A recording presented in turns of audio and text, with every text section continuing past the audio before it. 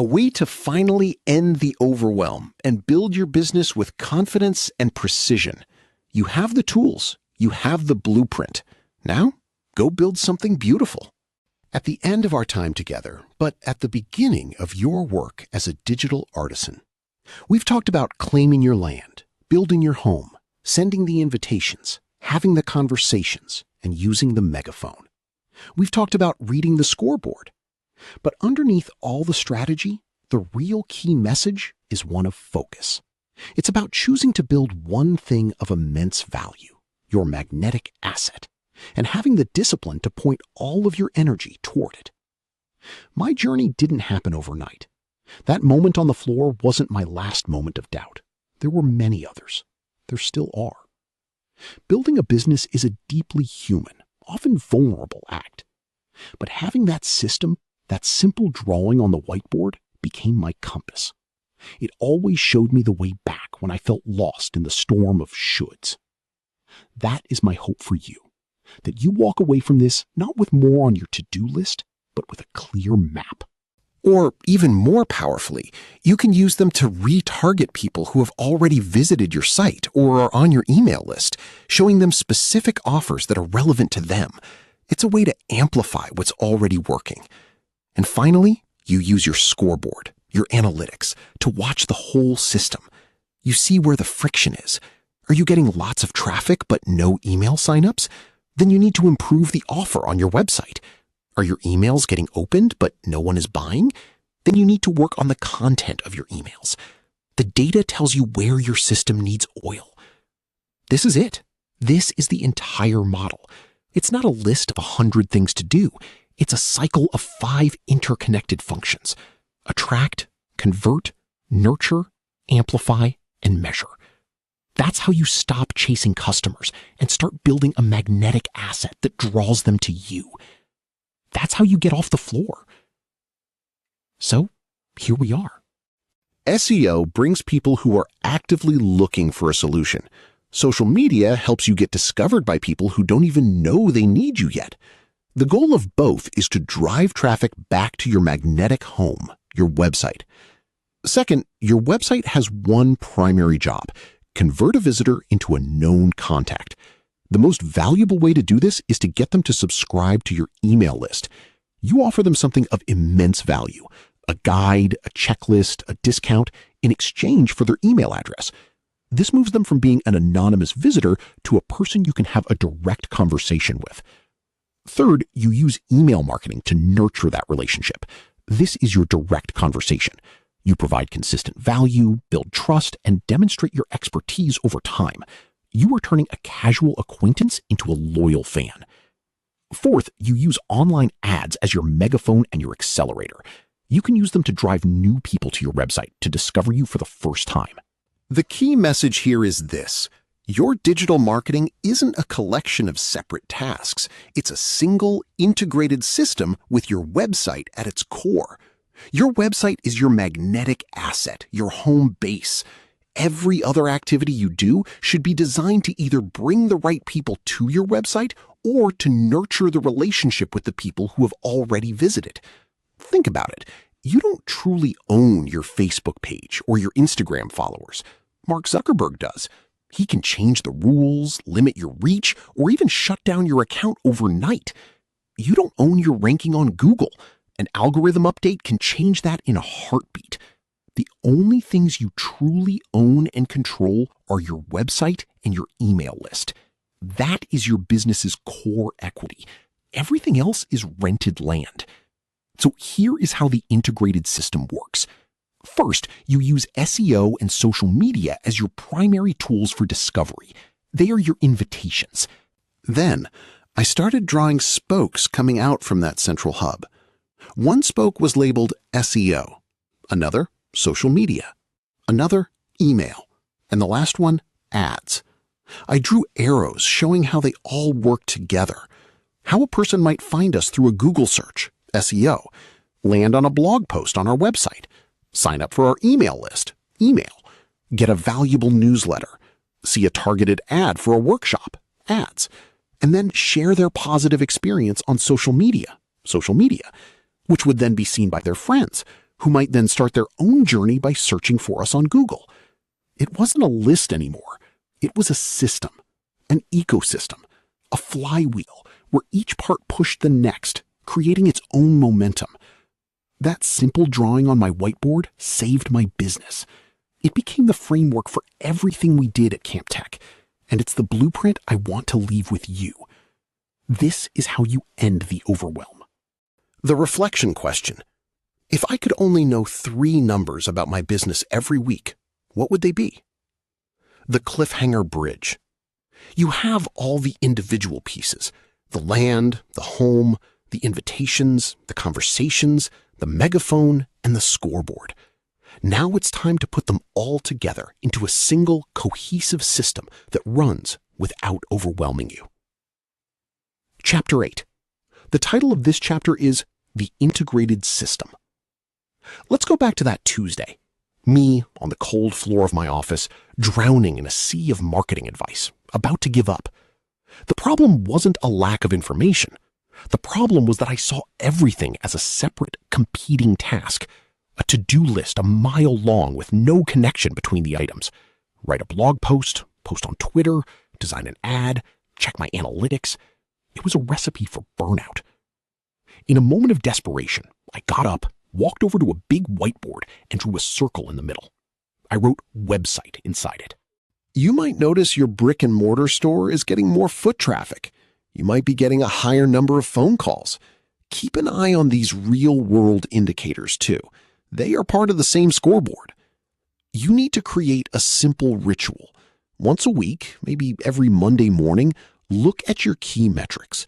Don't get lost in the weeds. Just look at the handful of numbers that truly matter to your current business goal. Benchmark them against last week or last month. The idea is to learn what's paying off and what isn't, so you can make the necessary adjustments. Double down on what works. Stop doing what doesn't.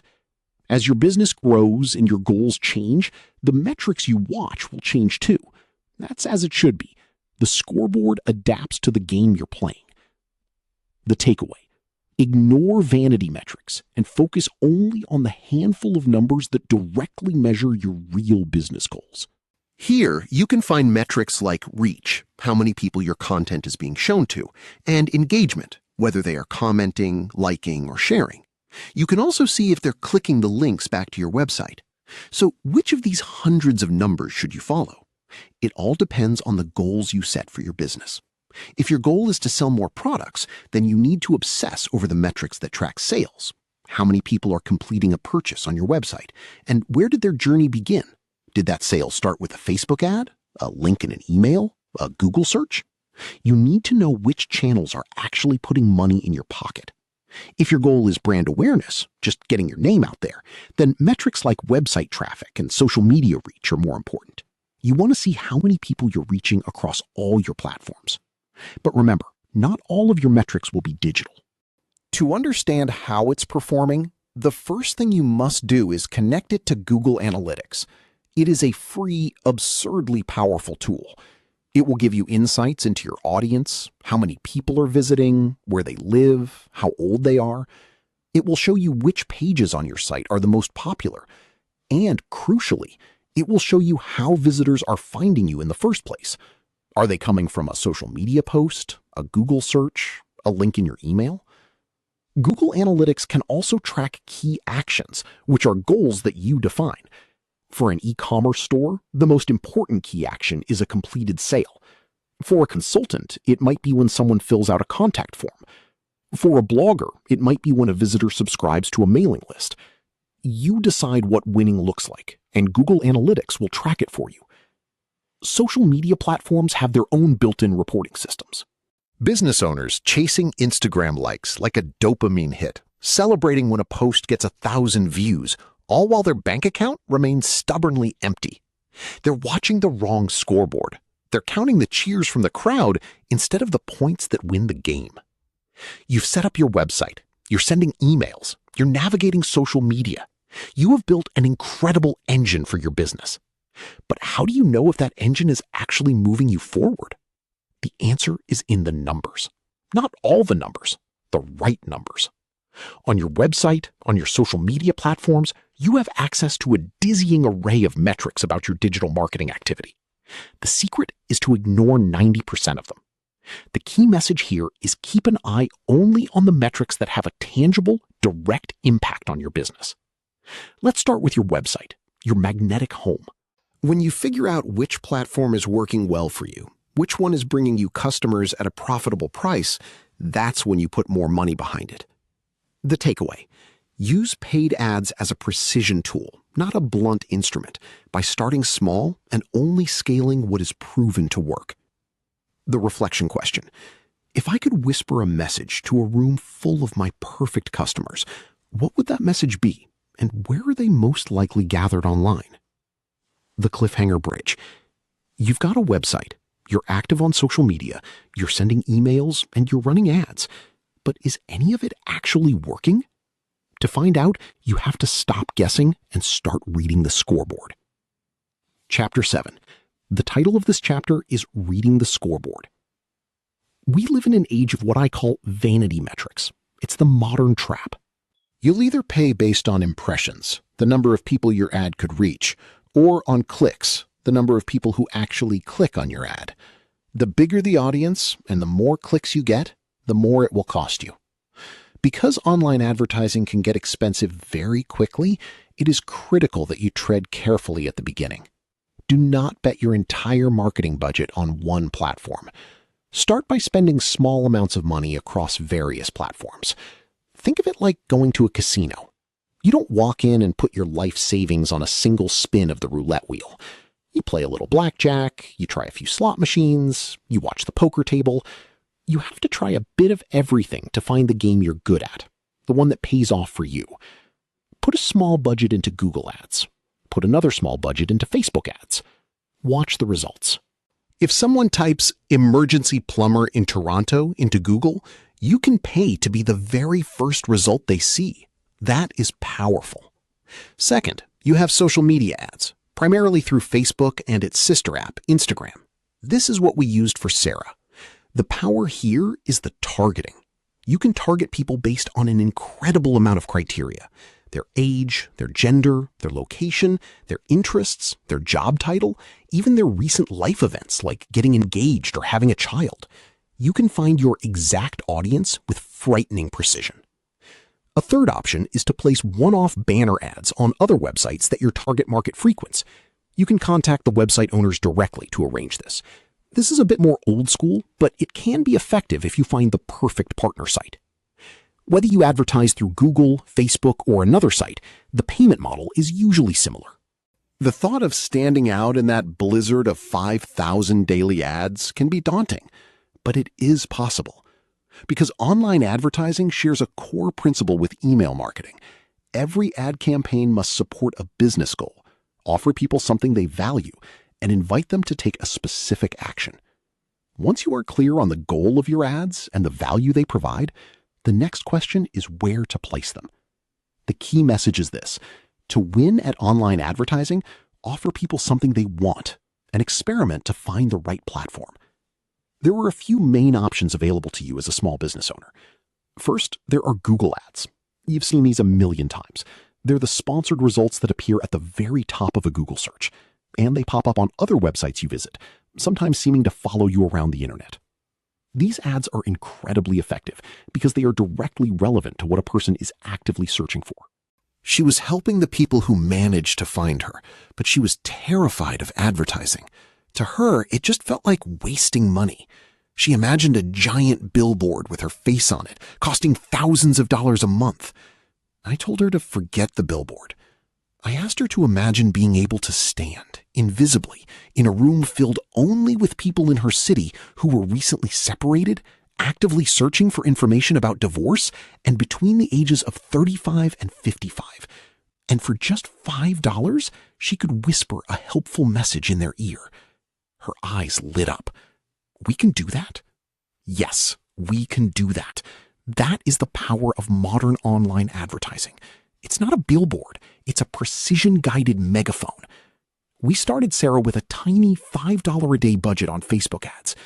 Within a month, that $5 was bringing in a predictable stream of new, qualified clients. It wasn't an expense anymore. It was a client generation machine.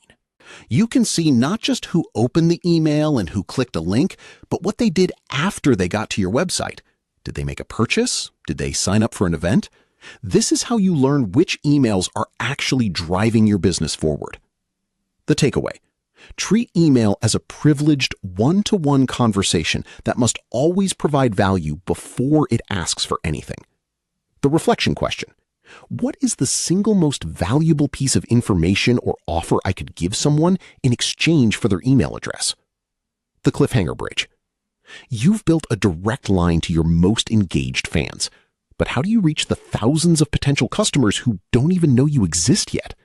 For that, you need a megaphone. Chapter 6. The title of this chapter is The Paid Megaphone. Let's go back to Sarah Chen, the family lawyer. After we transformed her website, the phone started ringing, but it was a trickle, not a flood. A subject line like, "The mistake that cost me $10,000" creates curiosity. The time you send the email matters too. Sending an email at 11 p.m. on a Friday might mean it gets buried under 100 other messages by Monday morning. You will only learn what works by testing different options. Thankfully, you don't have to do this blind. Email marketing platforms like MailChimp, ConvertKit, or Constant Contact are designed for this. They allow you to run what are called A/B tests. This is simple. You write 2 different subject lines, and the platform sends version A to a small portion of your list and version B to another small portion. Whichever one gets more opens is the winner, and the system automatically sends that version to the rest of your list. It's brilliant. To get even more insight, you need to connect your email platform to your website. This allows you to close the loop. What promise are you making to your readers? Are you promising them weekly tips, exclusive discounts, inspiring stories? Be clear so they know exactly what they are signing up for. Then ask yourself how you want your readers to respond. What action do you want them to take? Do you want them to share the email with a friend, make a purchase, visit your website? Your content must be engineered to encourage that specific action.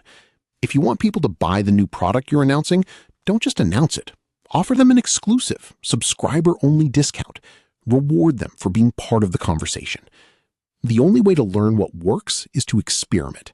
You have to test different things to see what gets the most engagement from your specific audience. This applies to your content, but just as importantly, it applies to your delivery. The subject line is your hook. Some will get opened, some will be ignored. A subject line like "Our March newsletter" is a death sentence. And it allows a business to communicate directly and personally with people who have explicitly raised their hand and said, "Yes, I want to hear from you." This is your direct line. You can send news about products, share industry insights, or make special offers to entice customers. And building that email list is straightforward. A simple sign-up form on your website, an invitation on your social media channels, even a physical sign-up sheet at your store or at an event. But to get the most out of email marketing, to earn the right to be in someone's inbox, your content must be valuable and your delivery must be smart. The key message here is effective email marketing means creating value for your audience and knowing when and how to hook them. Every single email you send must mean something. It must serve both your business goals and the needs of the recipient. Before you even try to get one subscriber, you need to decide, what is this email newsletter for? I had just clicked send on an email to 10,000 people, and as the little "Your email has been sent" notification popped up, I saw it. A disastrous typo, right there in the subject line. An embarrassing, stupid mistake that made our company look completely unprofessional. In that moment of pure panic, I learned the most painful and permanent lesson in email marketing: the power of the test to self rule. Always send it to yourself first. But I also learned something deeper. The reason I was so horrified was because I knew that email wasn't a public broadcast. It was a direct conversation. I had just walked into 10,000 private offices and screamed gibberish. Off the top of your head, how many marketing emails are you subscribed to? Dozens? Hundreds? There's a good reason email marketing is so popular, despite the crowdedness. It works. It doesn't require a huge budget or fancy technology. Second, use a social media calendar to plan your content a week or two in advance. And third, use a scheduling platform like Hootsuite or Buffer. These tools allow you to write your posts ahead of time and schedule them to publish automatically. It's a lifesaver. The takeaway: treat social media like a party. Find the right room, provide social value 80% of the time, and only then ask for a sale. The reflection question: on which social media platform do my ideal customers already spend their time, and what kind of content are they enjoying there?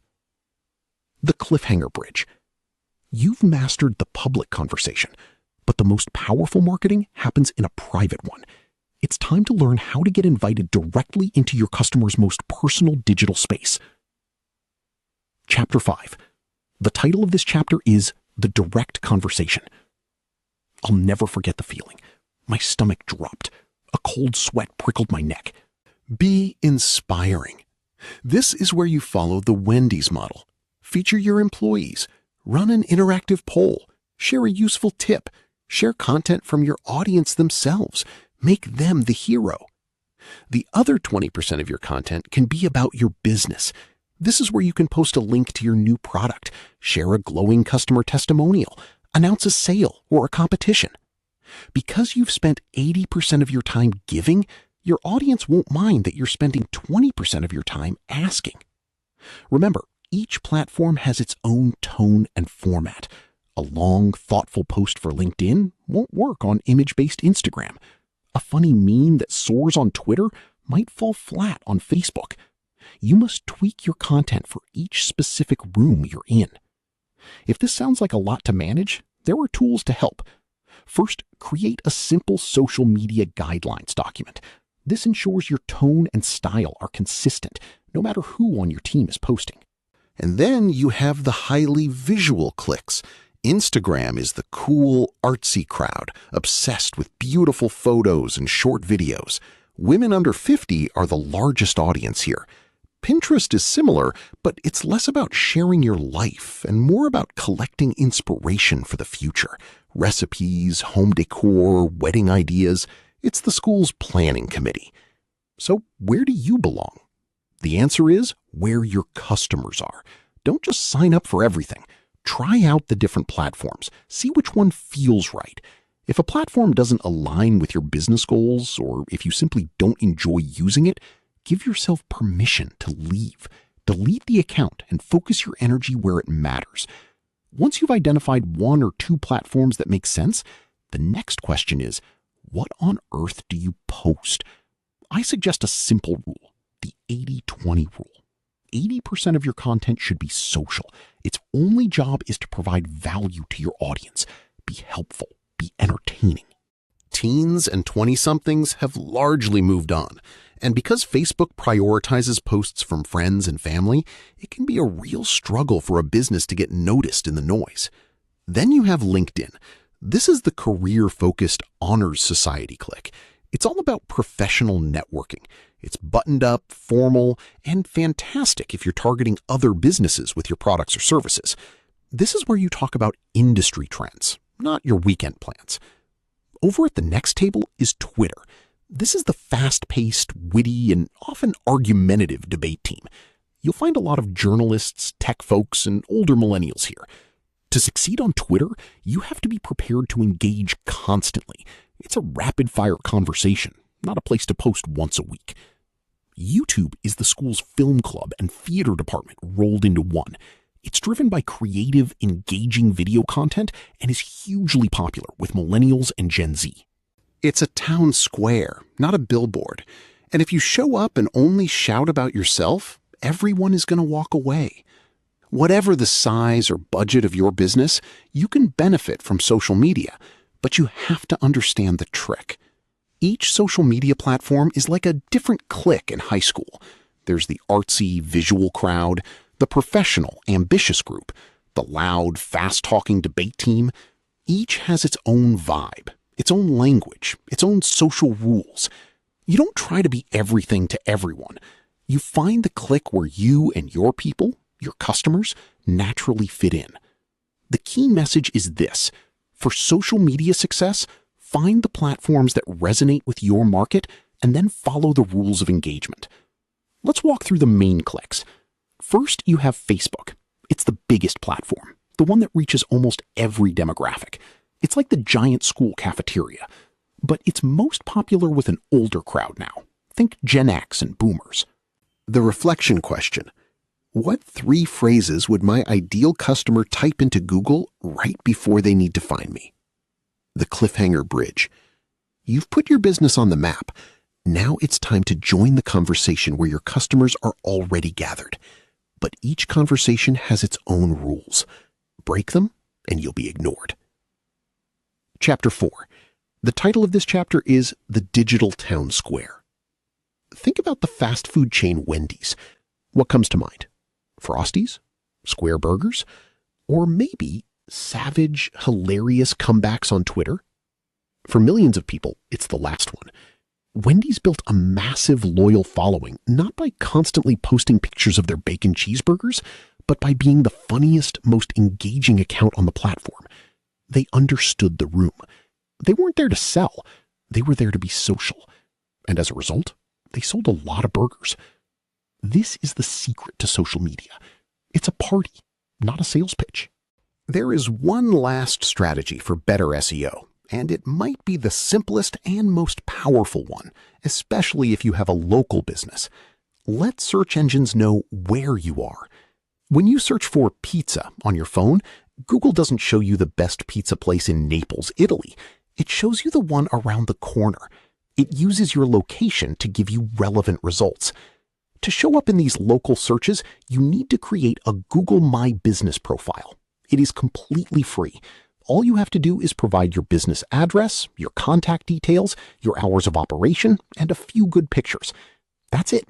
You are now officially on the digital map of your local area. It is the easiest, fastest way to get found by customers who are right in your neighborhood. The takeaway: make your website speak Google's language with on-page keywords and earn off-page credibility with links from other sites. When another site links to you, Google sees it as a stamp of approval, a recommendation, and it ranks your website higher. Now, not all votes are equal. A link from your cousin's brand new blog is nice, but a link from a major publication like the New York Times or CNN is a game changer. Google pays much closer attention to the latter. So how do you get these valuable links? First, by creating amazing, high-quality content that people want to share. That's the foundation. But you can be proactive. For my own business, Camp Tech, I made it a priority to build relationships. I wrote guest articles for other popular blogs in my industry. I connected with journalists, influencers, and relevant organizations. I offered them value, and in return, they started linking back to Camp Tech's website. Each link was another vote, another signpost pointing people our way. If someone is looking for a chair from Denmark, they probably aren't typing a wooden seating object of Scandinavian origin.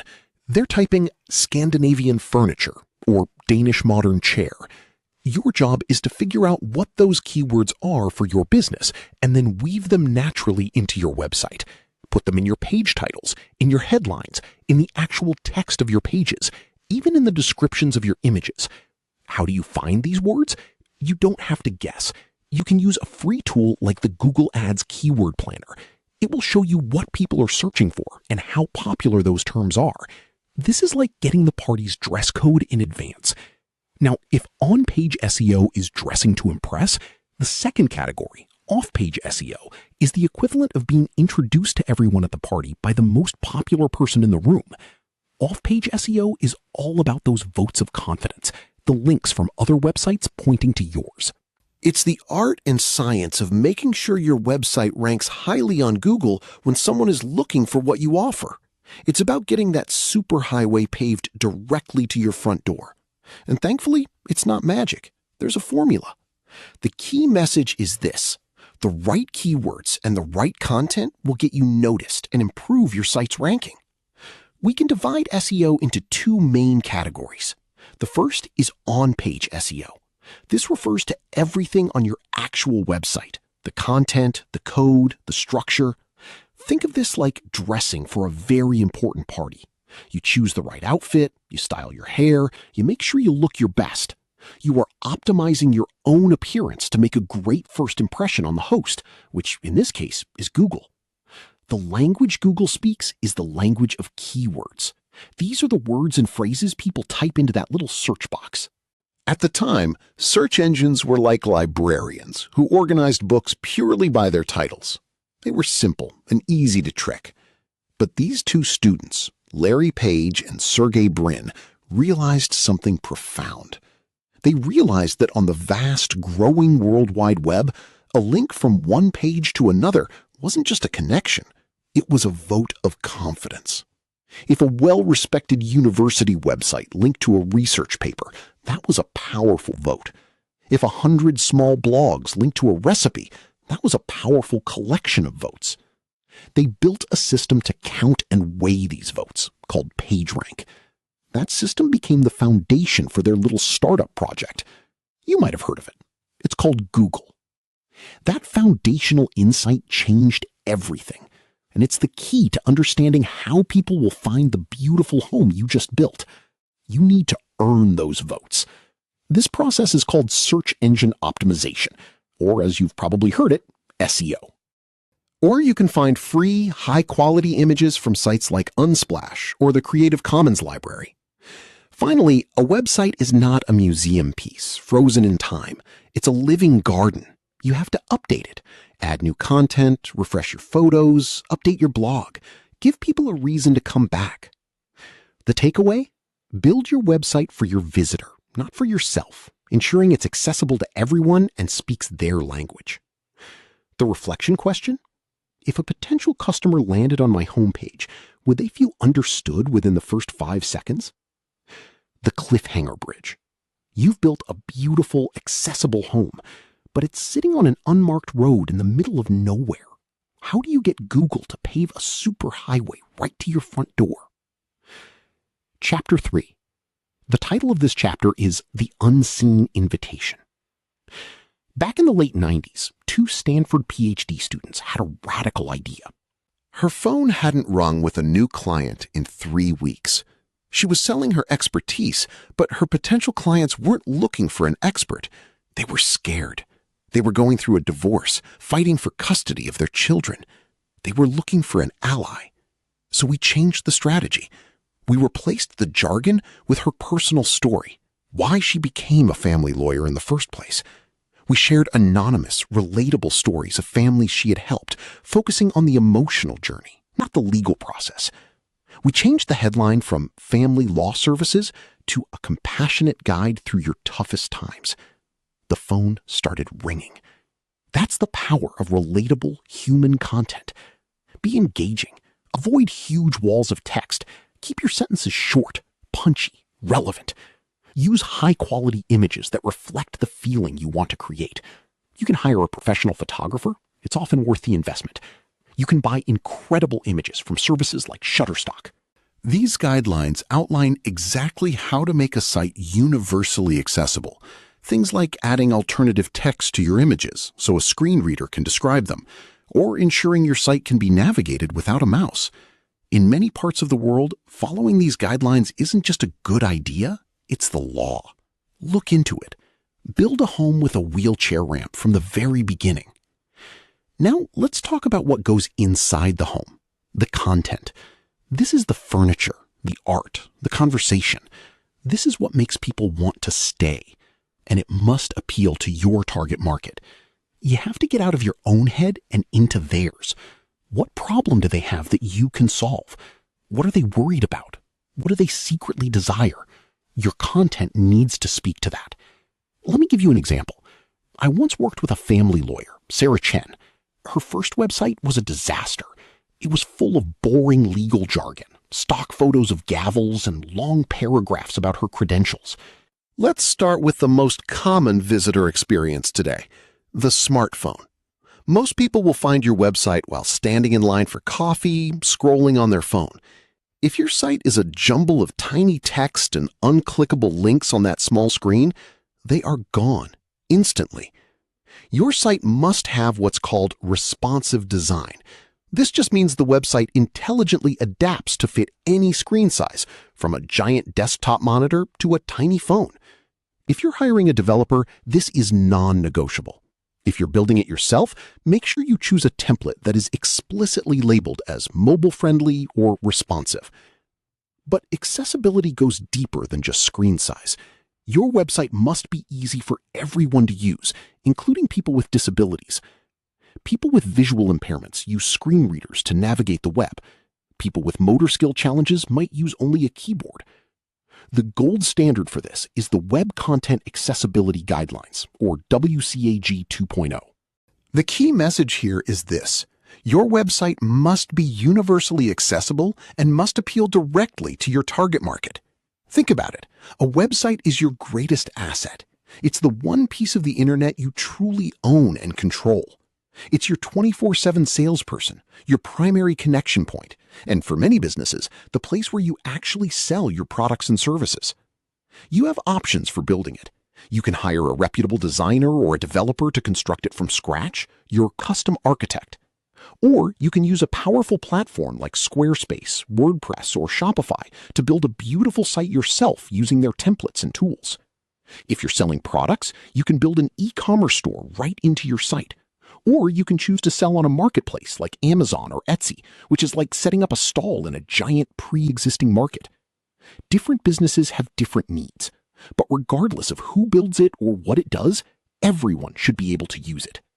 Dozens of churches were ash. The magnificent St. Paul's Cathedral was a hollowed-out shell. The man tasked with rebuilding it was Sir Christopher Wren. He didn't just want to rebuild what was there before. He saw a chance to create something with purpose, something for the people. He designed wide aisles for processions, a massive dome that could be seen from anywhere in the city, and acoustics that carried a whisper across the room. He wasn't just building a church for architects or for the king. He was building it for every single person who would walk through its doors, from the richest merchant to the poorest beggar. He designed for the visitor. This is how you must think about your website. It is not a monument to your own ego. It is not a digital brochure filled with jargon. Your website is your St. Paul's Cathedral. It is a public space designed entirely for the experience of your visitor. If your business already runs on Microsoft Word, Excel, and other tools, this is a seamless way to integrate a professional email. Once your email is set up, you're halfway there. You've got a professional way to communicate. But now you have to build the house that everyone will come to visit, your website. And that requires a little more input. The takeaway: your domain name is the legal deed to your digital property. Own it before you build anything on it. The reflection question: if a potential customer heard my domain name once, could they spell it correctly an hour later? The cliffhanger bridge: now that you've claimed your land, you must build the home. But most businesses build a house no one wants to visit. Here's how to build one they can't leave. Chapter 2. The title of this chapter is Build Your Magnetic Home. After the Great Fire of London in 1666, the city was a ruin of charred timber and smoking stone. Over 13,000 homes were gone. They sell you the land, give you the tools to build the house, and manage all the plumbing for you. This is a fantastic option for most small businesses because it includes technical support. When something breaks, you have a professional to call. Let's talk specifically about email hosting for a moment. This is non-negotiable. The days of running a professional business from a Gmail or a Hotmail address are over. Nothing says "I'm not a serious business" faster than an email from bobsplumbing27@yahoo.com. You own the domain. Now use it. Your email address should be yourname@yourbusiness.com. It's a mark of professionalism. It builds trust instantly. For this, I recommend two main solutions. The first is Google's G Suite, now called Google Workspace. It's powerful, it's familiar to anyone who's used Gmail, its spam filters are world-class, and it's relatively inexpensive. The second is Microsoft's Office 365. Maybe even a common misspelling of your name. Why? Because you are putting up a fence around your property. You are preventing anyone else, competitors, or worse, an adult film star with the same name from building their house right next to yours and confusing your visitors. Be thorough with your research. Say the name out loud. Does it sound like something else? Type it out. Does it accidentally spell a different word? Do your homework before you buy the land. Once you own that domain, that piece of internet real estate, you need a place to build your home. This is called hosting. If your domain is the address, hosting is the physical plot of land where your house, your website, and your email system will sit. It's the utility connection that makes everything work. Luckily, this isn't as complicated as it sounds. Many domain registration companies also offer hosting packages. Services you've heard of, like Squarespace or Shopify, bundle this all together. It is the deed to your property in the digital world. Get it wrong, and you might accidentally send your customers to a house of horrors. Get it right, and you've laid the foundation for your entire business. Think of it like building a house. Before you can pour the concrete or frame the walls, you have to buy the land. That's what registering a domain is. You go to a registration company, like GoDaddy or Namecheap, and you purchase the rights to that specific address. When you fill out that registration paperwork, you must include all of your correct details. This isn't a moment for nicknames or old addresses. This information makes you the legal owner of that domain. It's a digital title deed. Treat it with that level of importance. Now, what name should you choose? It should be as close to your business name as possible. Simple, memorable, easy to spell. And I want you to go one step further. If you can, register several other related names. The .com, the .ca, the .net. She went to a domain registrar, found her name, ClaraWrights.com, was taken, but saw that ClaraWrights.ca was available. Perfect. She was Canadian, after all. She registered it, paid her $12, and started telling everyone her new address. A week later, she got a confused email from a friend who had made a single devastating typo. Instead of typing .ca, he had typed .com. It turns out the Clara who owned the .com version was not a children's author. She was an adult film star. Clara was horrified. Every time someone made that tiny mistake, they weren't finding whimsical squirrels. They were finding something else. Let that sink in. The key message is this. Your digital presence starts with owning a piece of internet real estate, not renting it, owning it. And that ownership begins with your domain name. A domain name is the address people use to find you online. It's your yourbusiness.com. It's the part of your email address after the @ symbol. TikTok dances. It's exhausting. I remember a specific Tuesday, curled up on the cold floor of my office, surrounded by marketing books, convinced I was about to quit my business, Camp Tech, before it had even begun. I'm Avery Swartz, and I wrote this book for the person I was on that floor. This isn't another list of things you should do. This is your permission slip to do less.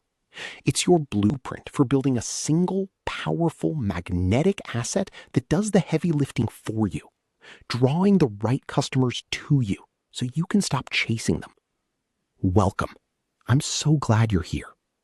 Let's begin. Chapter 1. The title of this chapter is Claim Your Digital Real Estate. Let me tell you a story about a children's author. Her name was Clara.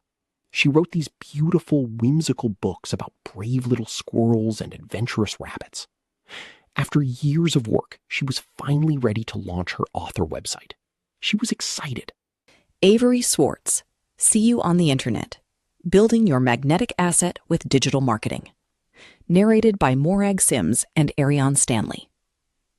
What if I told you that you are exposed to over 5,000 advertisements a day? 5,000. From the moment your phone alarm goes off, to the logo on your coffee cup, to the endless scroll of your social media feed, you are living in a blizzard of messages. A constant, screaming hurricane of brands begging for your attention.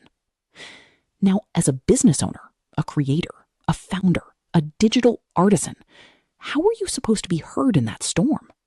How do you become the one clear signal your ideal customer can't ignore? instead of just becoming ad number 5001. If you're like I was, you're probably drowning, overwhelmed by an endless list of things you should be doing. SEO, Facebook ads, email marketing, blogging,